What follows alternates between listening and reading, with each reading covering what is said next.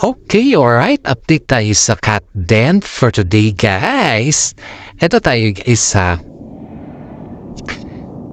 ayon dito sa ating legit na sources, guys, ay si Sian Gyasa ang pinakamarites sa lahat ng media dito sa Pilipinas.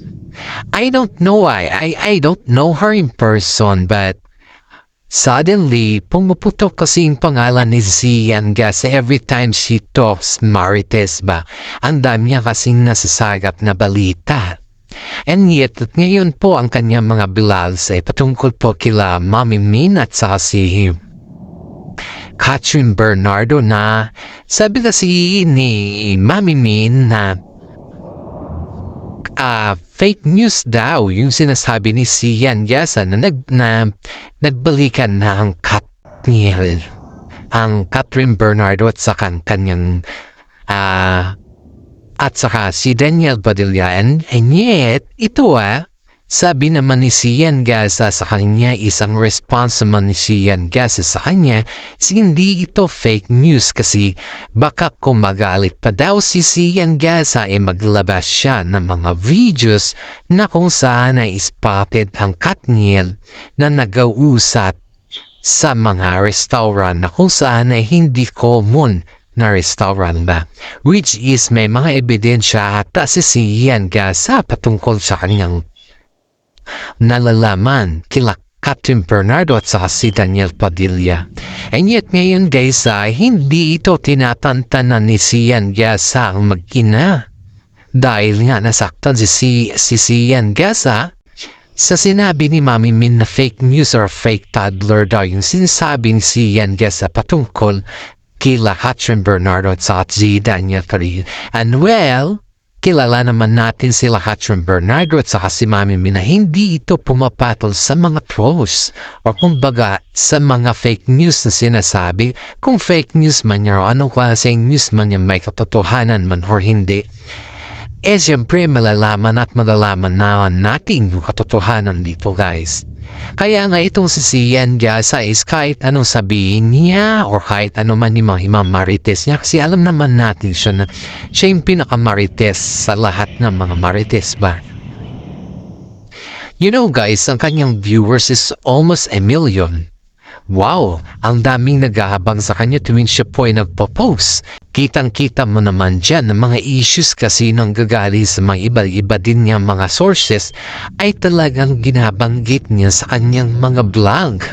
Kitang-kita mo dyan talagang pumuputok talaga siya sa mga emotions, sa mga galit, yung mga hindi ba inaamin ng mga tao. Parang kumbaga is gumagawa lang ng mga way para ilabas yung nararamdaman niyang issues or yung nasasagap niyang issues. Pero sa ngayon, guys, hindi talaga pinapatulan nila Mami Min si Sian Gyasa kasi alam naman nila na kapag iyan ay papatulan nila, wala naman silang mapapala. Kaya maraming mga netizen ang nagsasabi na maswerte si Sian Gyasa dahil hindi siya pinapatulan nila Mami Min at saka si Catherine Bernardo. Pero kahit ganun yung mangyayari, guys, is may katotohanan naman talaga na nakikita sila Catherine Bernardo at saka si Daniel Padilla. At may katotohanan din na yung si Alden Richard, guys, na ipabalita na rin sa ABS-CBN News na tumigil na siya sa panliligaw and they stick to the word friends na lang daw ni Catherine. Friends na lang daw sila ni Catherine. They just stick in the word na friend na lang muna. After that, and then siguro itutuloy pa ni Alden Richard. Pero yun nga, dahil sa issue na pinutok ni Sian Gyasa patungkol sa spotted sila Katniel sa restaurant kung saan is ang daming taong nakakakita pero they keep on denying it. And ayun, parang nawalan ng gana si Alden Richard sa mga nangyayari at naririnig niya. Kaya itong si Alden Richard is parang lumaylo muna kay Catherine. Alam naman natin yan guys na lumaylo muna siya kay Catherine. Pero hindi naman yung laylo na talagang in-stop niya. Magkaibigan pa rin sila. Pero yun nga lang, yung panliligaw na is lumaylo na siya. Dahil itong si Daniel Padilla sumisingit kasi sumisigway kasi ito kay Catherine Bernardo. Eto guys, dadako na naman po tayo kay Alden Richard na kung saan ay in-interview siya ng isang reporter at tinanong kung anong klaseng babae or kung sakaling magkakaroon man siya ng love life or wife to be or yung talagang marriage na ba going to future na ba yung tanong mo sa kanya guys. Isang sagot naman ni Alden Richard ay hindi daw niya ito isa sa publiko at dapat ang makakalam daw sa mga ganyan na bagay lang sa kanila ay ang kanilang pamilya both sides. Hindi daw niya ito ipapalabas sa media dahil tignan mo na lang yung mangyari sa kanila ni Catherine, nagkaroon ng medyo tension or intention ba talaga na magkaroon ng ganon na sequel or ano yun. Kasi guys, gulong-gulo yung mga fans sa ngayon dahil nananahimik muna ang Kat din. Sobrang tahimik ang Kat din simula nung naibalita sa ABS-CBN na si Alden po ay hindi niya na itinuloy yung kanyang panliligaw at bumalik na sa hosting. Samantala naman si Catherine ngayon wala daw muna siya mga movie kundi yung ginagawa niya sa ngayon guys is mga nag-endorso na lang muna siya. Yun yung mga katagang guys nakikita natin na medyo may misunderstanding yung dalawa pero hindi naman totally na misunderstanding ito guys dahil nga ito kay Daniel Padilla na kung saan kasi at kung ano-ano kasing pinaggagawa ni Daniel kay itong si Alden. Syempre first love ni Catherine si Daniel Padilla, first everything niya kasi.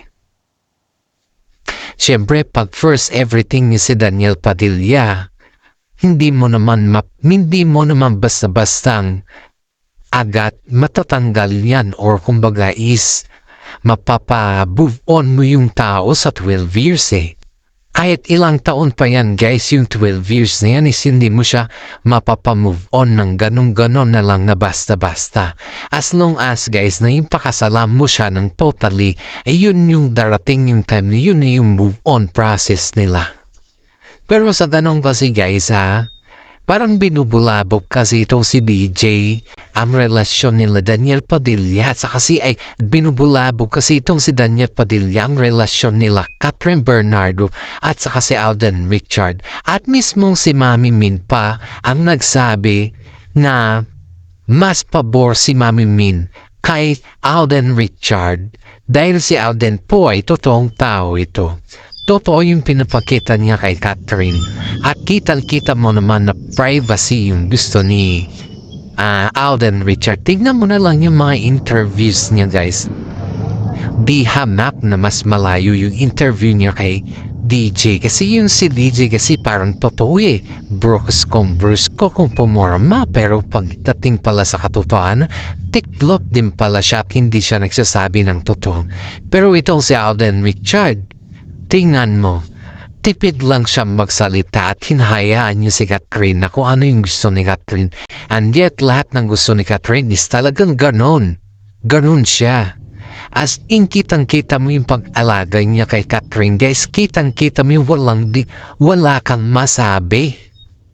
Pero in fact, tayo kasi dito guys is alala tayo sa kanila. At nakikita naman natin kung ano talaga yung katotohanan guys. Si Alden Richard kasi guys ay isa ito sa mga tao na very secretive sa lahat ng bagay. Kumbaga ba is kung yung sekreto mo sa kanya ay she keep it safety. Ganun kasi siyang tao na Hindi siya yung mabulgar or hindi siya yung public pero pag kinakailangan kasi na maipag-public lahat ay ayon yan sa mga showbiz na ginagalawan niya. Yan yung katotohanan dyan guys. Pero yung sabihin mo na yung pinapublic niya talaga yung lahat ng kanyang mga eksena sa kanyang mga buhay ay hindi po. Kasi si Alden naman ay sumusunod lang yan kung ano yung sabihin ng mga management at sa mga director. Saka si Mami Min sa kanya guys sa botong-boto siya kay Alden. Alam niyo, nung blessing ng bahay ni Alden Reed ni Katrin Bernardo ay kitang-kita mo. Kitang-kita mo yung excited ni Mami Min kay Alden Richard that time na hindi mo sukat akalain na si Alden ay talagang invited at sobrang welcome sa bahay nila Katrin Bernardo sa Bernardo family. At yun yung sinasabi natin dito na talagang si Mami Min hindi maipagkaila ni Mami Min talaga yung nararamdaman niya na talagang botong-boto siya kay Alden Richard. Hindi naman ganon yung pansin ng mga netizen dito kay Mami Min guys hindi siya ganon kay Daniel Padilla noon. Hindi siya yung talagang yung ganon ka-approach or yung ganon yung pinapakita niya gaya kay Alden ay hindi siya ganon kay Daniel Padilla no. Kasi si Daniel guys kahit magtagal sila ni Katrin Bernardo, ang mga pansin kasi ng mga netizen guys is si Alden kasi very vocal kay Mami Min at saka nakaka-embrace niya or something. There is very different, very close na parang matagal na silang nagkikita or nakakakilala. And then ito naman si Daniel Padilla, parang ang layo niya kay Alden Richard. Parang kumbaga is sobrang layo niya guys Hindi mo siya kumbaga hindi mo siya mahawakan ba? Parang ganon.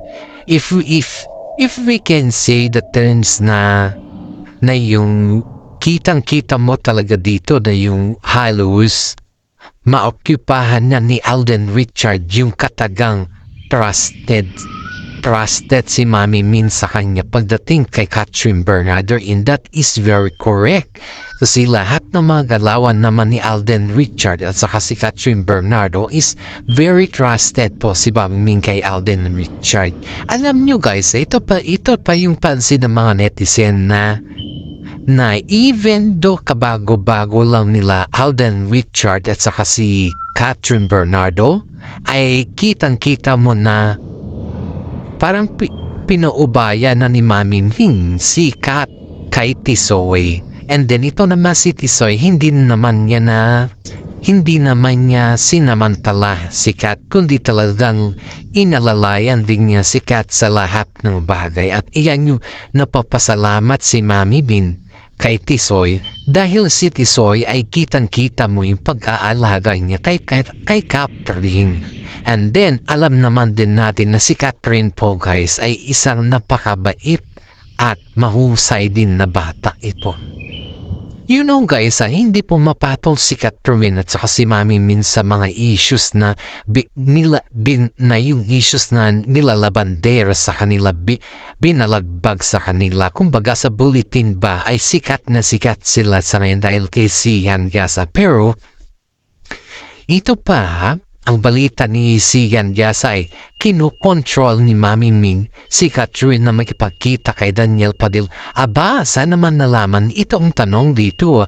Saan naman nalaman ni Sian Gasa ang mga issues na yan? Kumbaga, kung i-analyze natin, ay ang sinasabi ni Sian Gasa is pabor kay Daniel Padilla. Diba?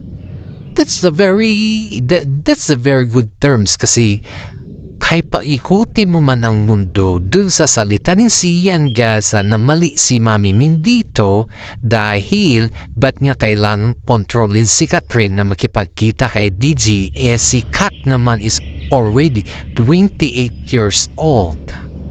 Di magaya siya kila Jake Cyrus at sa mga kay Sarah Geronimo at sa mga others. Kasi as you know, we just comparing this one guys.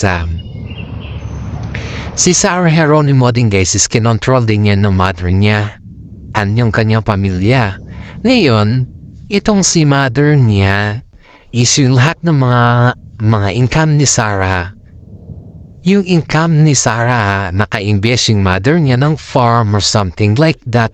Ang dami na invest ni Sarah sa kanyang pera eh. Pero pinangalan lahat yun, yung mga ganon, sa mismong pamilya ni Sarah at hindi si Sarah.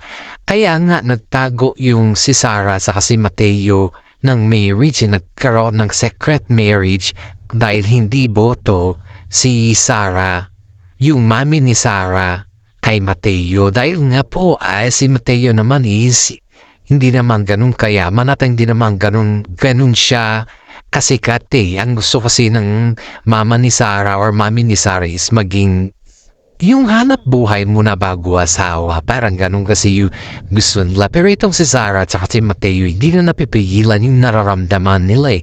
They want it become true at gusto na talaga nila yung pamilya talaga at maboss sila ng pamilya. Ay tinokontrol itong ni Mami ni. Kaya nabanggit naman ni Sian Gasa yan sa kanyang vlog dahil iyan yung pinagkumparahan niya kila Katrin Bernardo at saka si Mami Min. Ayaw niyang matulad si Mami Min sa parents din ni Sarah Geronimo at saka si Jake Cyrus na ina-underdog yung kanilang mga anak dahil sila po ay kumikita ng pera at yung mga love life na nila ipinapakilaman na nila or kinocontrol na nila. Pero tayo lang guys is nagre-react lang tayo kung ano yung mga sinasabi or naririnig natin sa kanilang mga vlog, diba? Ina-updates ko lang po naman kayo dito sa lahat ng ganitong bagay. And yet alam naman natin guys na hindi naman naaminin ni Katrin Bernardo yan. Pero alam nyo manood kayo sa mga short videos sa mga kitang-kita mo yung spotted sila Katrin at Daniel Padilla. Hinalikan pa nga ni Daniel yung dito sa tuktok ng ulo ni Katrin Bernardo. Yung mga signs na ganun kasi guys is bakit may pabeso-beso pa galit naman sila sa isa't isa. Ano yun? Hindi ko dito ako natutuwa guys yung may pabeso-beso na nalaman na pagdating man sa mga interview at hindi pa nakamupon yung isa. Pero pag spotted naman sila, parang penso ba? Parang wala pang niya.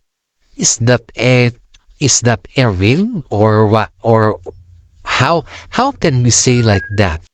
Kaya guys, dito tayo mapagtanto natin na talagang love na love pa rin ang mga fans sa mga Kat Den supporters or mga Kat Den na tambalan kasi kahit papaano guys is kahit po laman na silang update pa Instagram man yung magkasama sila ba na dalawa ba ay nandyan pa rin yung mga Kat Den fans sa sumusuporta sa kanila.